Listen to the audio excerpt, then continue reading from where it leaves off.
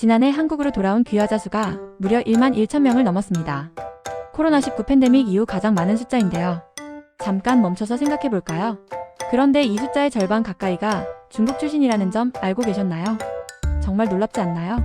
오늘 영상에서는 왜 이렇게 귀화자가 급증했는지, 특히 중국 출신 비중이 왜 이렇게 높은지 그 구조적인 이유를 데이터로 차분하게 풀어보고 이러한 흐름이 우리 사회에 어떤 의미를 가지는지 감정보다는 팩트에 집중해서 명확하게 정리해드리겠습니다. 여러분 준비되셨나요? 자, 그럼 함께 데이터를 파고들어 봅시다. 먼저 숫자부터 시원하게 정리해볼게요. 2024년 한 해 동안 한국 국적을 취득한 귀화자는 약 1만 1천 명으로 집계됐습니다. 이 수치는 앞서 말씀드린 대로 코로나19 팬데믹 이후 최대치를 기록한 건데요. 좀 더 자세히 들여다볼까요? 2019년에는 9,914명이었던 귀화자 수가 팬데믹 기간인 2020년에는 1만 3,885명으로 최대치를 찍었습니다. 그러다 2021년 1만 895명, 2022년 1만 248명으로 잠시 주춤하는 듯 했죠. 하지만 2023년 1만 346명으로 다시 소폭 반등하더니 2024년에는 1만 1,008명, 그리고 2025년에는 1만 1,344명까지 꾸준히 증가세를 보이고 있습니다. 이 숫자들이 단순히 갑자기 늘어난 것처럼 보일 수도 있지만 사실은 팬데믹으로 인해 잠시 지연됐던 귀화 신청과 심사 수요가 이제야 한꺼번에 반영된 결과라고 볼 수 있습니다. 그러니 너무 놀라지 마세요. 이건 예측 가능한 흐름입니다. 그럼 이 1만 1천 명의 귀화자 중에서 어느 나라 출신이 가장 많았을까요?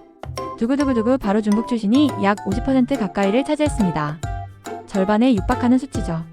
정확히는 전체 귀화자의 56.5%인 6,420명으로 팬데믹 이후 가장 많은 숫자를 기록했습니다. 그 다음으로는 베트남, 필리핀, 태국, 몽골 순으로 나타났지만 중국과는 비중 차이가 상당히 큽니다. 다른 나라들의 귀화자 수도 중요하지만 압도적인 중국 출신 비중은 확실히 눈길을 끄는 대목이죠. 여기서 정말 중요한 건 이게 단순히 중국 출신이 많다는 평범한 이야기가 아니라는 점입니다. 이 현상은 한국 내 체류 인구 구조 그리고 한국 사회에 정착하는 방식과 깊이 연결된 아주 복합적인 시스템의 결과라고 할 수 있습니다. 자, 그럼 그 구조적인 이유를 지금부터 차근차근 파헤쳐 봅시다. 그럼 왜 중국 출신 귀화자가 이렇게 압도적으로 많은 걸까요? 감정적인 해석은 잠시 접어두고 오직 구조적인 이유에만 집중해서 차분하게 들여다봅시다. 첫 번째 이유는 너무나도 명확합니다. 한국에 거주하고 있는 중국 국적 체류자 수 자체가 다른 어떤 나라보다도 압도적으로 많기 때문입니다.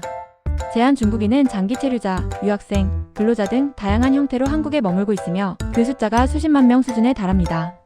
모집단이 크면 클수록 그 안에서 귀화를 신청하고 요건을 충족하는 인원 또한 자연스럽게 많아질 수밖에 없습니다.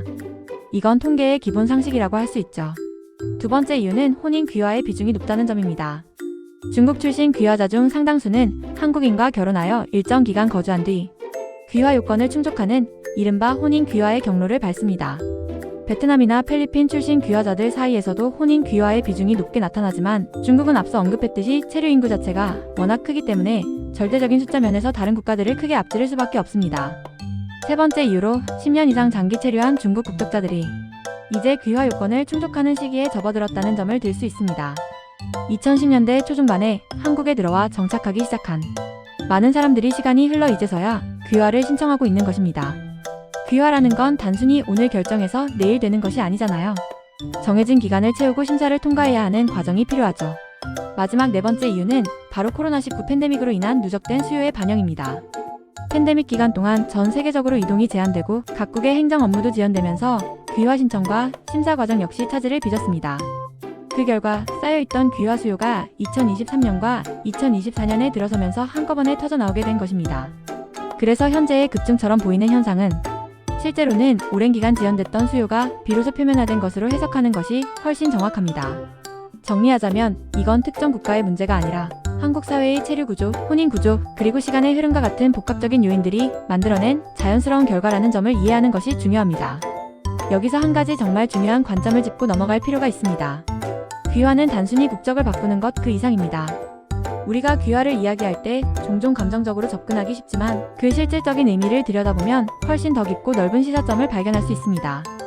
귀화를 한다는 것은 단순히 이름이 바뀌고 신분증이 바뀌는 것을 넘어서 한국에 거주하고 성실하게 세금을 납부하고 건강보험이나 국민연금 같은 사회보험에 가입하며 자녀를 한국의 교육 시스템 안에서 교육시키고 나아가 한국의 노동시장에 편입되어 경제활동을 한다는 뜻입니다.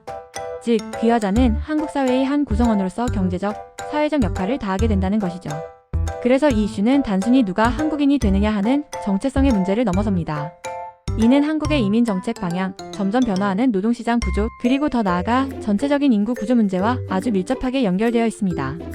우리는 이 영상을 통해 그 어떤 찬성이나 반대의 입장을 이야기하려는 것이 아닙니다. 오직 현상을 있는 그대로 분석하고 설명하는 것에 집중하고 있습니다. 이 현상에 대한 평가는 전적으로 여러분의 몫입니다.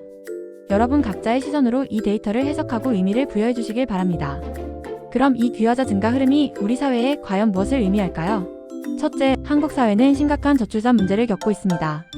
출생률은 매년 최저치를 경신하며 계속 떨어지고 있고 그 결과 생산 가능 인구는 빠르게 줄어들고 있죠. 이 비어가는 자리, 즉 부족해지는 노동력과 인구를 메우는 현실적인 방법 중 하나가 바로 이민과 귀화라는 점을 부인할 수 없습니다.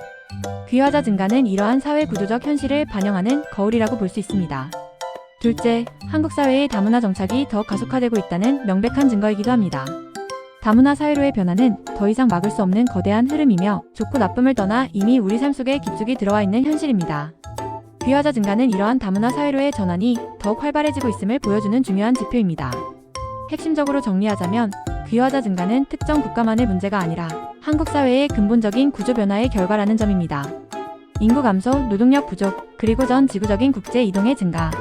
이 모든 복잡한 요소들이 서로 맞물려 만들어진 거대한 흐름의 일부인 것입니다. 이 현상을 단편적으로 보지 않고 더 큰 사회적 맥락 속에서 이해하는 것이 무엇보다 중요합니다. 오늘 내용 핵심만 쏙쏙 뽑아 다시 한번 정리해드리겠습니다. 첫째, 작년 귀화자 수는 1만 1천 명으로 코로나19 팬데믹 이후 가장 많은 숫자를 기록했습니다. 둘째, 중국 출신 귀화자 비중이 절반 이상으로 높은 것은 한국 내 중국 국적 체류 인구 구조가 워낙 크고 혼인 귀화 시스템이 잘 갖춰져 있으며 오랜 기간에 누적된 수요가 반영된 결과입니다. 셋째, 이 현상은 단순히 국적 변화의 문제가 아니라 한국의 인구 문제, 노동력 부족, 그리고 이민 정책과 같은 거대한 사회적 문제와 깊이 연결되어 있습니다. 숫자를 통해 바라보면 감정 대신 명확한 구조가 보입니다. 저는 앞으로도 복잡한 사회 이슈들을 감정이 아닌 데이터와 팩트로 차분하게 풀어내며 여러분이 세상을 읽는 힘을 기르는데 도움을 드리겠습니다. 오늘 영상이 유익하셨다면 구독과 좋아요, 그리고 알림 설정까지 부탁드립니다. 다음 영상에서 또 만나요.